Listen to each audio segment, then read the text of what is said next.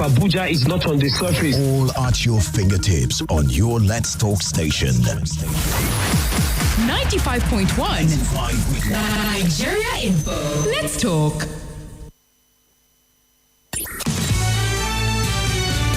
This is Hard Facts. Hard Facts. On 95.1 Nigeria Info.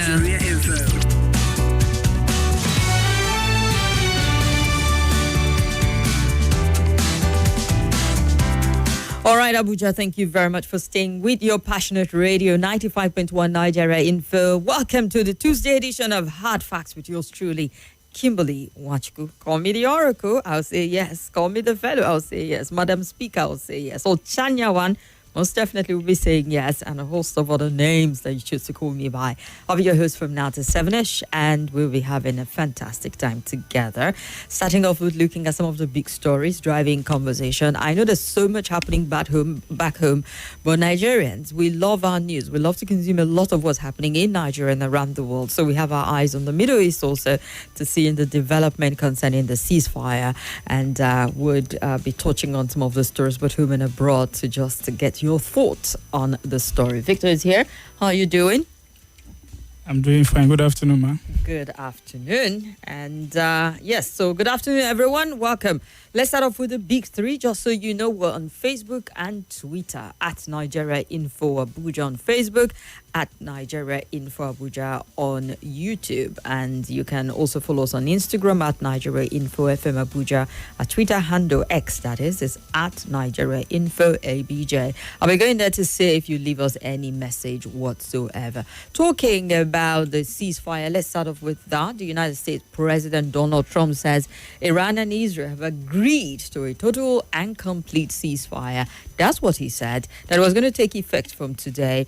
That would bring the 12-day war to a close. Officially, Iran will start the ceasefire, and upon the 12th hour, Israel will start the ceasefire, and upon the 24th hour, an official end to the 12-day war will be saluted by the world, Donald wrote on Truth Social.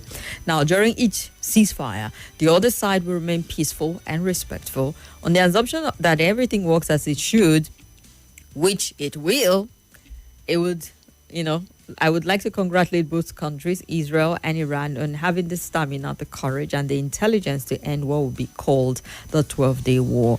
And this is a war that could have gone on for years and destroyed the entire Middle East, but it didn't and never will. God bless Israel. God bless Iran. God bless the Middle East. God bless the United States of America. And God bless the world, he said. Donald added that Israel and Iran approached him almost simultaneously for a peace deal. Iran state TV channel, however, said Trump begged for a ceasefire. Donald Trump said he came about the same time. Iran said he begged for a ceasefire. In a post on his ex, Saeed Abbas, Iran foreign minister, said his country had no intention of continuing the war if Israel stops, and added that the cessation of military hostilities depend on Israel's next action. However, provided that Israel's regime stop its illegal aggression against the Iranian people no later than 4 a.m. Tehran time, we have no intention to continue our response afterwards, he said. The final decision on the cessation of our military operation will be made later. And so far, we have heard the position of the United States government. Let's not forget that the U.S. had bombed Iran's nuclear facility over the weekend after a week of hostility between both countries, that's Israel and Iran. And Iran responded on Monday by launching retaliatory missile strike at U.S. airbase in Qatar and Iraq, and quite a number of them were intercepted in Kuwait, which is also quite interesting, I must say. And then what is coming up at this point is that the ceasefire might be in jeopardy between Israel and Iran that was announced earlier by President Donald Trump. The both sides says, okay, we're ready to shield our assault. However, the Israeli Prime Minister's office has vowed to respond forcefully to any violation of the truce. So it's even preempting that there might be a violation of the truce on the side of Iran. Before the truce began, it already started huffing and puffing. And before even the ceasefire comes into effect, we've seen heavy shelling on both sides overnight. It don't feel like, oh, let's use all of the last ballistic missiles we have just before the ceasefire comes to. Let's do as much damage as we can so that, the propaganda video can show that, oh, this country is suffering, that country is suffering, their people are moving and all whatnot. Now, a few minutes before the truce, Iranian ballistic missile hit a residential building in Israel's southern city of Beersheba, killing 4 people. Hours into the truce, the Israeli military say he identified a missile launched from Iran. Hours into the truce, the IDF said air defense systems are operating to intercept the threat and told people to hide in shelter until further notice. However, Iran said it wasn't me, it wasn't us. Israel is making it up. IDF have vowed to respond with force to what it calls Iran's violation. I know it sounds like you've heard it before. Didn't we have this ceasefire with Gaza? And they say, Hamas violated it and bam, the firework continued. Well, Donald Trump, did he speak too soon to saying, and it will, God bless the world, God bless Iran, God bless everybody, including the Martians. And Israel apparently is not taking their own blessings yet because they said Iran violated. So it's left for it to be properly established. What happened? Because if you notice, even with the president's position, they gave different hours who comes in first based on the timing and of their own clock in their own country and how the next country comes in, Iran, then Israel, and before the 24 hours total ceasefire.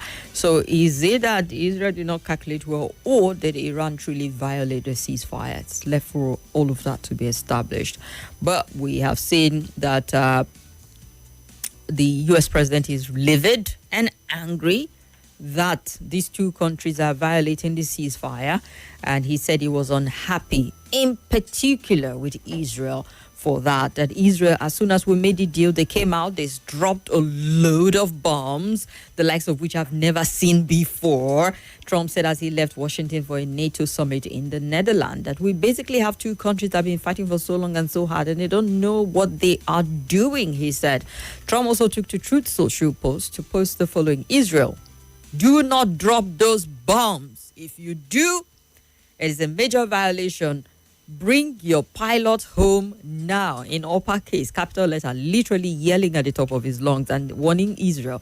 So what happens if Israel violates? Are we going to see the U.S. shell Israel? Never going to happen, you say? I never say never with Donald Trump. But apparently there's a strong warning and saying the ceasefire must be respected. The 12-day war, I think the world has had enough of it already. It's doing too much damage and too many people being killed, and just reminds me how destructive humans can be.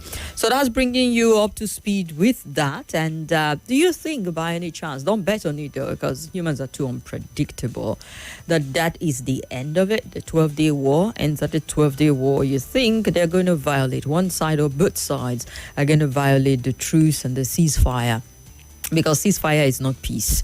Ceasefire is just temporary. It's to say, okay, let's stop all form of hostility, perhaps meet on the round table, have a conversation and see if we can get lasting peace. If we don't, fine, we go back to, firing at each other. It's not peace, it's just ceasefire. And I'm a little curious, how long is this going to hold for? Is it going to hold at all? Who will be the first to blink? By blinking, decide, nah, and we shoot at you or stuff like that. So Trump has said, do not drop that bomb. Anyone who's got cousins in Israel, remind them what Donald Trump has said, as if they're going to listen to him at all in the first instance. All right, so let's come back home. Nasir El-Rufai, former governor of Kaduna, says President Bola Ahmed Tinubu would require a miracle to secure re-election in 2027. Now, I heard people say that of President Buhari and said it will only take a miracle for Buhari to get a second term. And he coasted home really nice. Would that be the same in 2027? Or you say, God forbid? Well, I don't know about that. I don't know. You're not going to vote with God forbid, right? And the Nigerian political space there's a lot of God forbidding said, but apparently it doesn't add up that way. But see, speaking on a primetime show on a Rise TV program, El-Rufai urged Nigerians to reflect on their experience since Tinubu assumed the reign on the 29th of May 2023. We've asked people to make up their mind. Do you like what is happening? This is 2 years. If your life has gotten better since Tinubu was sworn in, fine. But if not, why not give other people a chance? Says a man who was governor of a state that was grappling with so much insecurity. People were not happy, but he did 8 years nonetheless. I mean, sometimes you want to take the message, but it's so difficult to extricate the messenger from the message. But hey, focus on the message. Erufai say polling conducted by his group in various regions, particularly in the southeast and the north, showed a 91% disapproval rating, I beg your pardon, for the president, and added that the disapproval rating in Lagos, Tinubu's home country, stand at 78%. Well, this is not breaking news, sir. He didn't win in Lagos State, did he? It's evident that a disapproval was from the jump, even before they started experiencing much, if you look at it. And so we've done some polling in many parts of the country, particularly in the southeast and the north. Well, he didn't win in the southeast, pretty much. In the north, well, there were a lot of people like Erufai who were apparently threw their weight behind Tinubu to ensure that he got the ticket from a good number of the northern states, save for the FCT. And, without the Erufai effect, and we know that it took more than Erufai to get the kind of numbers that President Tinubu got in the north. It took more than one man. You just don't want to give credit to one man alone. The president did a lot of work with a lot of connect, but I must say some people were really instrumental to his success. Now, with Erufai on the other side of Camp Tinubu, will the case be different in 2027? Because forget the polls and what has been said. The polls isn't different from the position Nigerians and the regions held before the results were declared by INEC in the first instance. So pretty much nothing new here. And it says it's a scientific poll. In some states in the southeast, such as Ondo and Ekiti, he's doing somewhat better than 78% approval rating, but nowhere is he doing better than 50% even in the southwest, and described Tinubu's administration as a failure, highlighting a tanked economy, collapsed security architecture, and lack of clear trade and investment policies. And the former minister also questioned the government financial transparency, stating that despite increased revenue generation, there was no visible result. Who would have thought that Erufai went to Chatham House with President Tinubu and was delegated to speak on a specific matter because, there was so much criticism back then. Why don't you speak for yourself? You want to be president. And he says, no, I'm going to be working with a lot of bright minds and I'll be doing a lot of delegating. And there was this right-hand man, his wingman. And we're like, yeah, you talk about this. And 2 seconds later, there's a fallout. With politicians, you never can tell if you have dinner with them the next day after an amazing breakfast. So it is what it is. But he talked about that, and we know that they are shopping for a coalition. We know that they're looking at also other parties that they're going to form a coalition with, as much as there's a talk of a new political party. And so it feels like the stage is pretty much set. We know what to expect, but don't be too sure, because with Nigeria, last minute you can get a 360 or is it 180 turnaround with politicians. So you never want to bank your paycheck or your emotions on how it will play out. Just keep your eyes peeled on the candidate or the party that you think has at least to a certain degree some of the things you're looking out for, because I don't think any of them is perfect. And with politicians, boy, can't bet nothing on them, no matter how fine they look on the surface. So we will just see how it pans out. Everything is still coming together. It hasn't crystallized properly yet. So we'll see what we see. Erufai is one of the coalition leaders seeking to wrestle federal power from Tinubu. Does he have the muscle? So that's his plan in the next presidential election. Other notable leaders of the coalition are former Vice President Atiku Abubakar. Yes, again. Rotimi Amechi, yes, he's hungry, so he's running for office. That's the former governor of Rivers State. And Peter Obi, presidential candidate of the Labour Party in the 2023 election. Never can tell the number of others who might show face from other parties. So we'll see how it goes. All right, my phone lines are open. Let's get your take on the story, starting from the ceasefire and Donald Trump saying, don't drop that bomb. Will the bomb be dropped? I wonder. 0809 993 0137 is another number to call. Hello. Hello, Kimberly. Yes, you're welcome. Abubakar calling from Gwagwalada. Go ahead, Abubakar. Thank you. It will be sheer madness for mankind to engage in senseless war that will destroy all forms, all categories of civilization achieved by mankind. The level of glory attained by mankind can be destroyed within a twinkling of an eye. Really? It is dangerous. Deadly weapons, deadly armament, cities built that took many centuries to build. Civilization that take many ages to build will be destroyed within just for a mindset of somebody having security complex, military prowess, no more, no less, fighting over territory, fighting. So it's unfortunate. It is the glory of God that this ceasefire, we hope it will be genuine ceasefire. Both Israel and Iran will respect that ceasefire for the goodness of mankind. We are appealing, please. We are not putting blame on anybody. They should sheath the sword. And for the coalition, what are they going to offer to Nigeria different from APC? APC is a coalition that enjoy all solidarity and support, but they betray Nigeria. All right, sir. Foreign coalition. Okay, thank you. Thank you very much. So Abubakar is curious as to what would this coalition offer do different from what we've seen from the previous one. Hello? Hello? Yes. Hello, good afternoon, Kim. Good afternoon. You're welcome. Yes, my name is Alex. I'm calling from Wuye. Go ahead, Alex. Yes, actually, what Rufai says is very true. That is, if the election will be free and fair, you don't need a soothsayer to tell you, even without him coming with the statistics. We know that Nigerians are fed up with with majority of Tinubu's policies. But where Nigerians are having fears is how are they going to do it? Because there is this fear that this man is a master strategist, that this man is a master rigger. This man, they attribute so many things to him. So that is the only savior the man will have, if actually what people accuse him of, if it's actually what he is. If not, it will take more than a miracle for him to win, because the handwriting is boldly written. People are gnashing their teeth to make sure that they survive daily. And another thing, the coalition, another thing they should equally do, like Dr. Majid always tell us, they have already seen the handwriting on the wall. Among all the candidates, all right, let them be very careful. Okay, be very careful. Let them be very careful, which is equally P2B. Thank you. All right.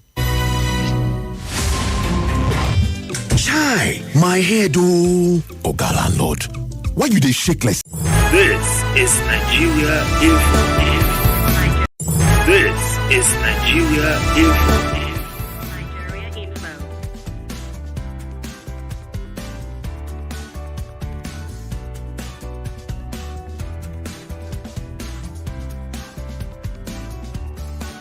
This is Nigeria Info.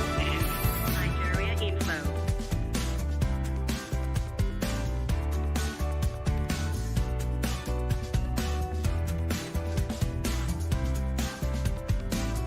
This is Nigeria Info. Nigeria Info.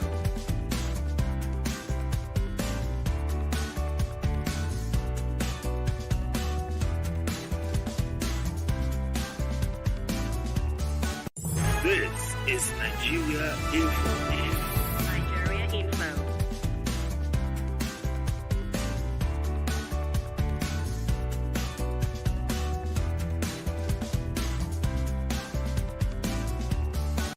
This is Nigeria Info. Nigeria Info.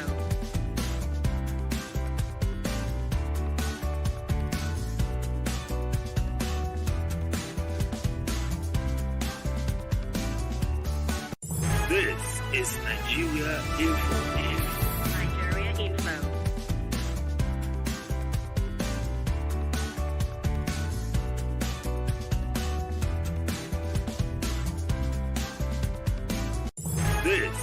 Nigeria Info. Nigeria Info.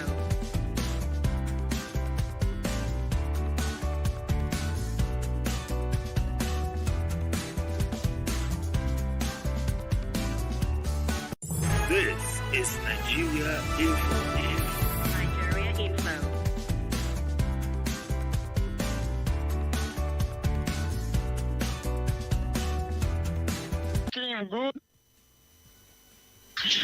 Good afternoon. You're welcome.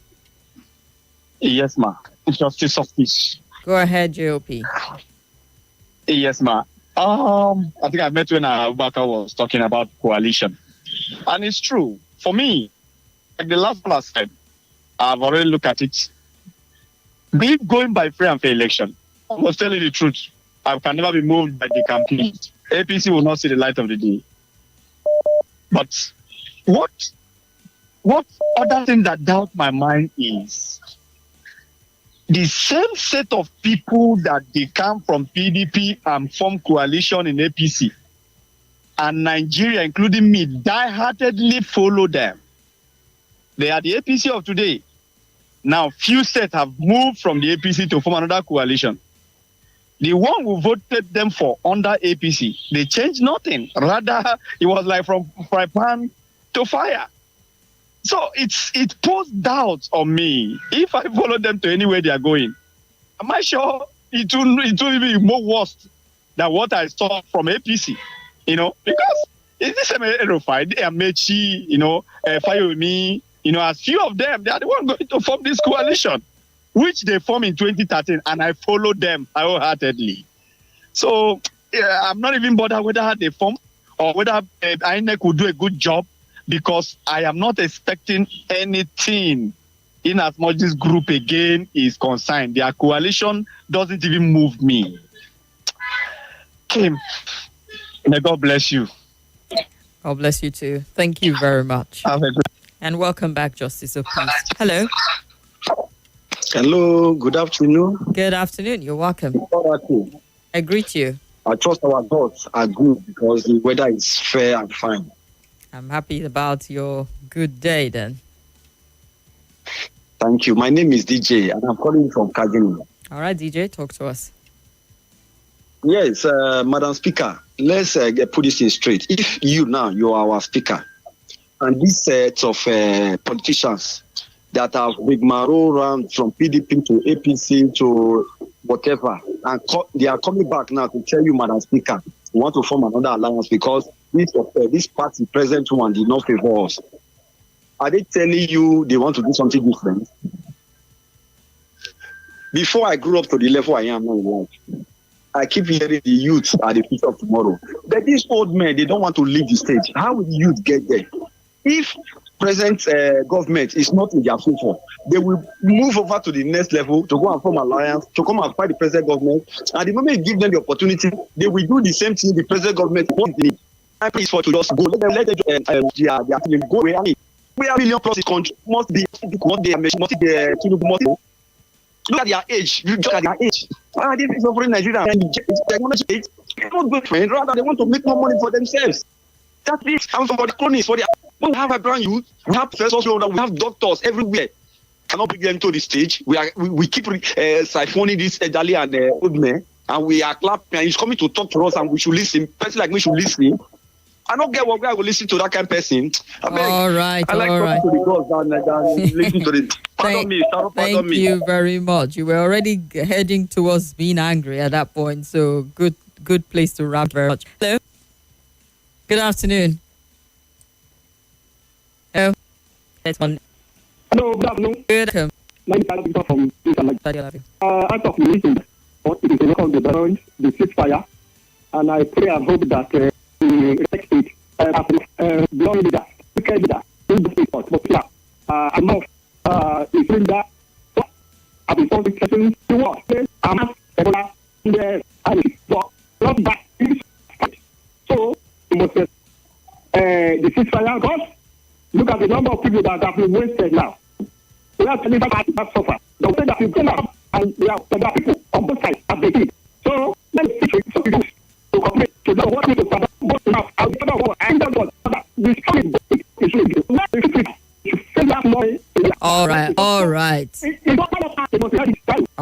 And let's throw in the story, just chew of it also. Maybe if I remember that President Tinubu signed into law the act. I've seen that some states are already swinging into action and taking charge of power regulation in their state. However, some players in the industry and experts are just some bit of cautious optimism, and some have registered concern, some are afraid, some are excited about it, and look at the pros and the cons of all of this, the opportunities that would come, or perhaps so much of opportunities that will come out of it.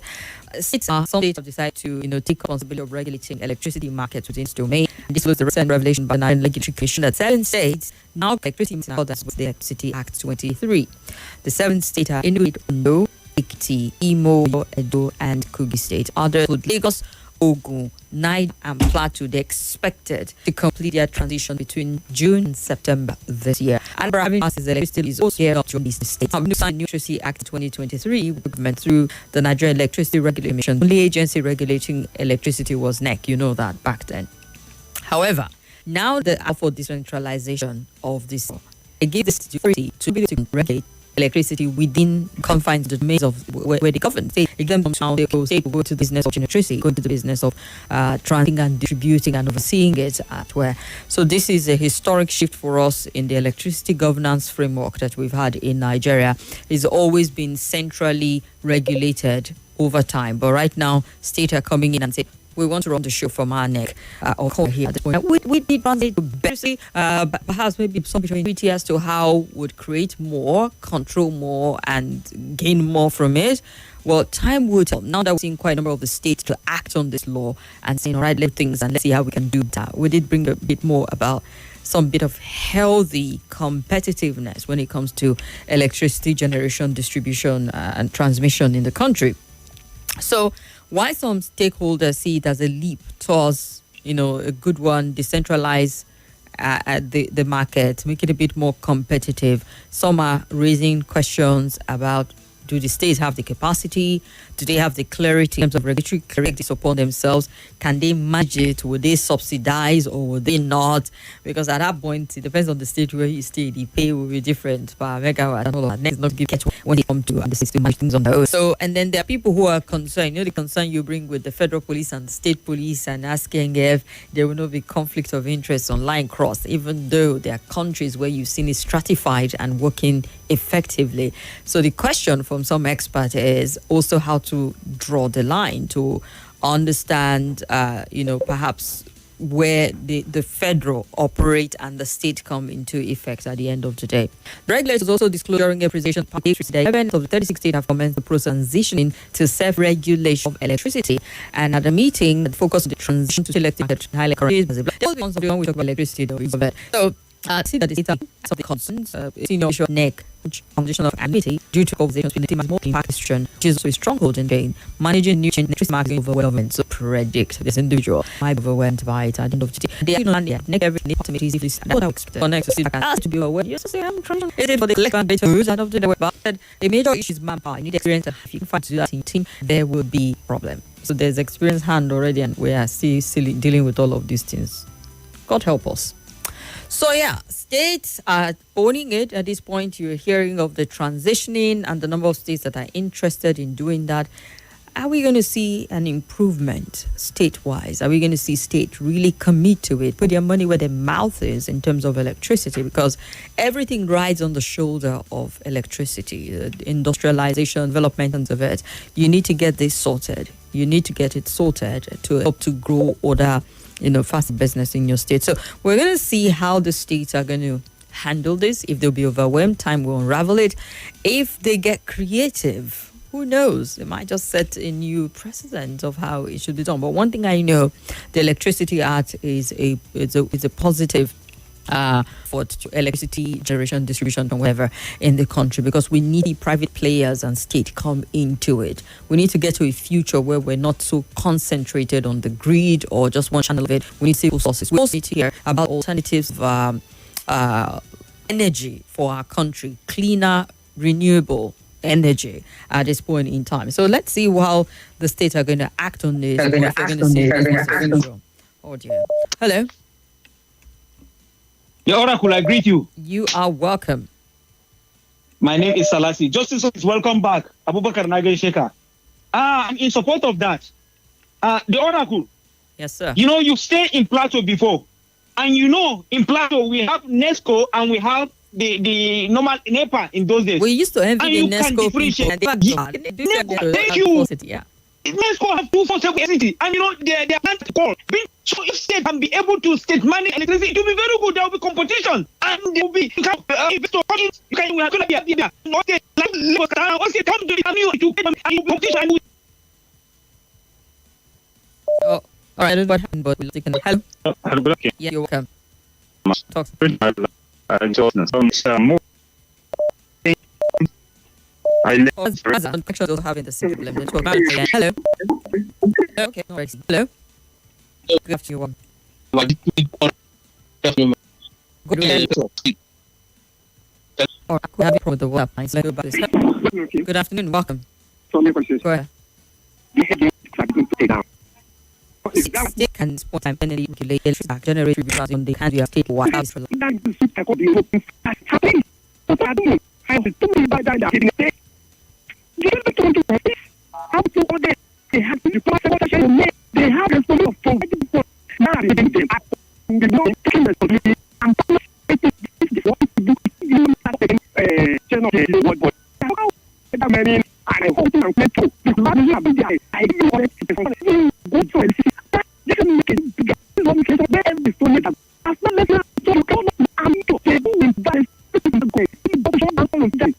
All right. Nigeria, the active platform was some believe state settings that I think laws and constitution and what is exclusive for them and like limited the state handling. This is where it's in the unbundling of it, where it's coming with regulation and law commission to say let's outsource responsibilities to let our state council in that electricity, which give the state that's of over own administration with this of the Fed government controlled provision. But to get into the process, waiting for the states to be scrambling to the transition and we want to do this, want to do that. Effective at the end of the day. I think it's for people to pressure on the state government to actually do something. Hopefully extraordinary, and see how we can have it with shining lights with electricity. And who knows, be even selling to other state, you to other state, you never can tell. Hello. Yes, good afternoon. Are you hearing me good, last president? Yes, it is clearer and better. Go ahead. Yeah, thank you. I think we are getting it gradually on the basis of resource control for the states. Sure. I think they need to take advantage. They can go either on solar system or on wind energy. If the governor can look inward and see where they can generate more electricity for their states and able to be able to sell it to other states, I think this will pause. And we're gradually going to the area of resource control for each state. The issue of federalism is gradually getting out of the way. And I believe by the time they eventually sign the tax bill now, I think most states will be able to stand on their own rather than waiting for the monthly allocation. And on the issue of the L5 and the tax, I think that it will be difficult for Tinubu to win 2027. We should all wait till 2027 to come. This for the news we hear during Buhari, that Buhari is not even a politician. At the end of the day, was able to even win the 2020, the second term. So how much more Tinubu that is a jagaba when it comes to politics? Somebody rated him, I think, this ago, that he got 100% in politics, but in economy, he has 9. So let's see how they are going to resume out of the power. But I think it will be difficult for an incumbent president to leave the seat for another person. Let's watch and see. God will help us. Thank you. All right. Thank you very much. Time will tell, he says. Hello. Hello, Kim. Good afternoon. Good afternoon. My name is CJ from Otavale. CJ, go ahead. Yeah. The best good thing which will happen for Nigeria is this independent electricity from state. Honestly, Kim, do you believe almost 4 months now we don't have electricity, we don't have light here? 4 months. How can a barbing saloon and other this thing survive without electricity? How can a grill be falling in a week will fall almost seven times. Honestly, the best thing that will happen for Nigeria is energy, because the root of development in any country is energy. I believe, and young people in the media, young people, the roots where people are coming from, young people are coming, you have to form an anything organization to remind all those governors, please, as far as they remove that thing from the grid, states is supposed to, no state who cannot survive, no any state. They're not removing anything from the grid just yet, but states are being empowered to provide theirs if they want to. And we're seeing a lot of saying now. Okay, so we're saying no the same any thing. state who cannot generate and distribute their electricity. No any state who don't have any river. No any state. You understand? So it's the best thing. So for everything and the rest. And again, my concern is just INEC. Any coalition or defection or anything at all is INEC. Because where I'm going, not where all these people are going. Where I'm going, that INEC should make sure that we make law that we transmit from RF to the river. Everything will be clear. Even if anybody win election, no agitation will not be there. Nobody will go to court. It's clear. So my concern is just INEC. If you trouble like me, you win. If you don't like me, you don't win.